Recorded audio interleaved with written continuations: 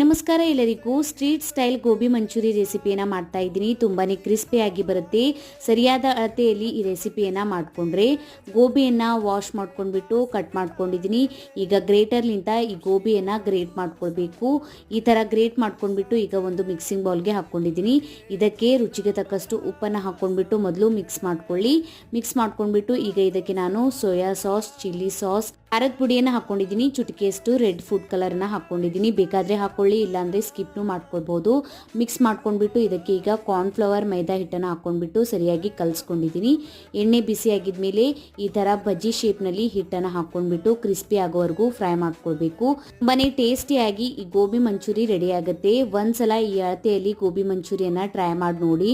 Full detail ವಿಡಿಯೋನ YouTube ಚಾನಲಲ್ಲಿ upload ಮಾಡಿದ್ದೀನಿ, ನೀವು ಹೋಗಿ ನೋಡ್ಕೊಳ್ಬೋದು.